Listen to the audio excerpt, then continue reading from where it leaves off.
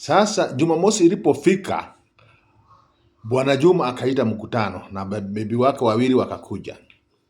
Akawaambia, sasa mnakumbuka ile maneno niliwaambia kwamba mtakuwa mnatumia kila mtu 10,000 kila mwezi. On top ya hizo 10,000, hizo 10,000 ni zile mtu atakuwa anapata tu za kufanya vitu zake yeye mwenyewe. Sasa kuna ile pesa ya shopping ambayo sasa shopping itakuwa inafanyika kwa pamoja. Vitu zote zitakuwa zinajununuliwa pamoja. Hakuna mambo ya kusema ati nini. Tutakuwa tunanunua hizo vitu, tunaziweka kwa fridge na kila mtu anawekewa zake. Kwa hivyo kila mtu atakuwa na 20,000.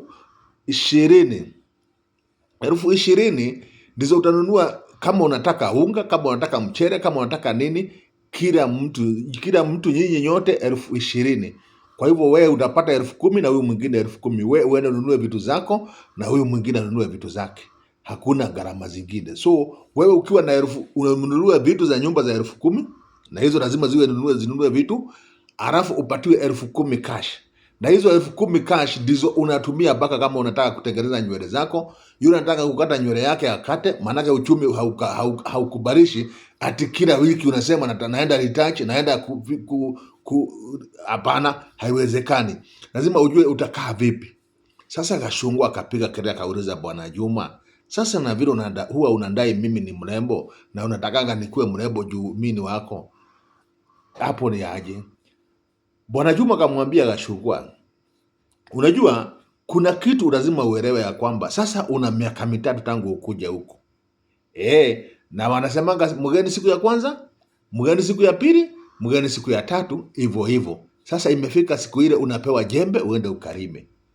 Sasa zile siku ambazo zilikuwa zinakusumbua kwamba unapata siku 4 na bibi wa kwanza anapata siku 1 na mimi nakuwa na siku 2. Sasa si wewe ulichukua 2 na bibi ya pili akachukua 2. Sasa nina siku 3. Nataka nitafute bibi wa kugawia hizo siku 2. Mimi nibaki na ile nilikuwa nayo 1. Sababu wewe umechoka na hizi siku zako 4, nimeamua kutafuta bibi mwingine yule atachukua hizi siku 2 ili mkuwe na 2. Kwa hivyo hata ile maneno ya kuniambia ati wewe ndiye sasa unaenda kutengenezwa nywele, kama kuna nywele inatengenezwa, kuna yule sasa anakuja kuchukua majukumu ya hiyo mahali ulikuwa na karia, hiyo kiti yako imechukuliwa, sababu nimeona wewe ukipewa mamlaka hautumii vizuri, na kwanza unakuja kuambia bibi wa kwanza kwamba zile pesa unapewa. Unajua ungekuwa mwerefu ungeniita kando uniambie sasa mimi na huo unanipea 20, utanikata pia ama itarimeni hivyo? Lakini badala ya kutumia werefu vile mimi kwa nafikiria uko nayo, unakuja tu kusema mbele ya bibi kwamba unapata 20,000. Sasa si unaona sasa tu unaniharibia. Sasa nyumba yangu haiwezi kuwa na amani sababu wewe unadai unapata 20,000, bibi anapata 10,000 na hiyo haiwezekani. Kwa hivyo sasa vile utaendelea na kushida ukiropoka maneno ndio itafanya mpaka unyimwe vitu zingine. Kwa hivyo wewe ukijua na huwa nakuona siku 2, usishida ukitangaza kwamba nimekuona siku 2. Kama ni bibi wa kwanza nikimuona siku 2, asishida akitangaza namuona siku 2. Ajue ni kwamba akipata hizo siku 2 anastahili kushukuru hizo siku 2. Sasa juu niko na 3 na ninashindwa nitafanya nini nazo, itabidi nitafute bibi mwingine. Manake sasa maisha ni hii tu, na kama mali iko ya kukula iko, ile kitu tutafanya ni kupunguza, manake jinsi vile pesa zinakuja sio vile zilikuwa zinakuja hapo mbeleni. Lakini sio kumaanisha Bwana Juma ati hana pesa. Bwana Juma kuna pesa, niko na pesa za kutumia, na ndio sababu nakupa 10,000 uende ukafanye vile utafanya nazo, na hizo hapo ndio unaenda kutengeneza nywele, utengeneze kucha, ufanye kila kitu. Lakini ingine ya kukula 10,000 kununua vitu za nyumba ni sawa. Katikati ya hao hizi siku umekuwa na mimi, ukikuwa na mimi, ukibehave, ukijua jinsi ya kutegua zingine utategua. Kama hautajua jinsi ya kutegua, sasa utaraumu nani? Manake una siku 2 kuwa na mimi. Zile siku uko na mimi hakikisha umezitumia vizuri. Kama kuna kitu ingine ya juu zaidi ya zile 10,000 za kununua vitu ama 10,000 zile za matumizi, basi unaweza tegua saa zile umeniona. Kwa hivyo kila bibi awe anateka advantage ya hiyo siku ameniona. Maana hiyo siku kama kuna kitu ingine labda uipate siku hiyo.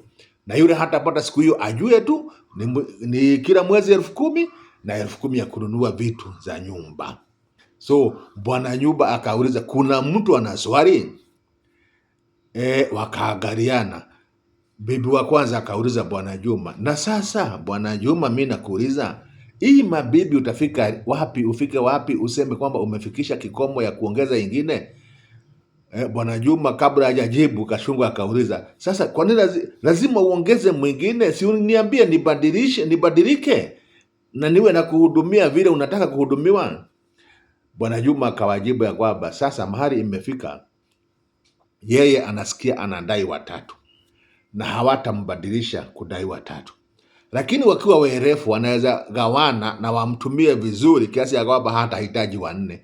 Maana kama bado wataendelea kuhakikisha kwamba hatosheki, itabidi atafute wanne, kama watatu bado atakuja akae kama wao. Kwa hivyo lazima kila mtu achukue majukumu yake, kila mtu ajue anako na bwana na wamtunze, ili wasikue na tamaa ya kutafuta mbibi wanne.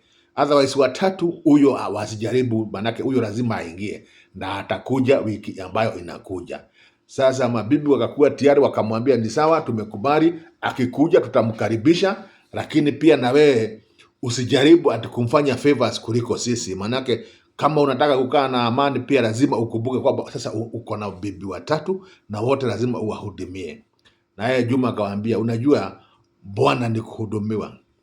Siku ile unakuwa ni yako, unahakikisha kwamba nakula vizuri, kila kitu ni mzuri, ili nakuwa na tamaa ya kurudi kwako tena. Otherwise nyinyi ndio mtafanya ni hizi siku mingi kulingana na vile mtanitunza. Sasa familia ikaambiana ni sawa, na mabibi wakakubali kwamba Bwana Juma anaweza oa bibi ya tatu, lakini asioe wanne. Sasa swali ni, juu ameoa watatu, atafika hapo ama ataendelea? Sasa swali lingine ni, huyu bibi akija akute ile budget iko, ataikubali ama ataruka? Ama wale kuna vitu zingine watafikiria iongezwe ama haitaongezwa, ama watatosheka vile. Naitwa Simon Kirehu, mimi huku ni Kirehu TV, na nimekuja tu kuambia story hii ya hadithi hii ya Bwana Juma na bibi wake wawili, lakini sasa watakuwa bibi watatu.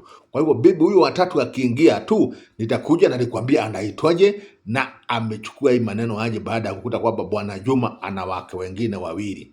Msidezema, Mungu abariki, na mkitokea msikose kupata ile kitu imefanya mtokee. Muwe na siku njema, na Bwana awapende na Bwana awabariki. Asanteni.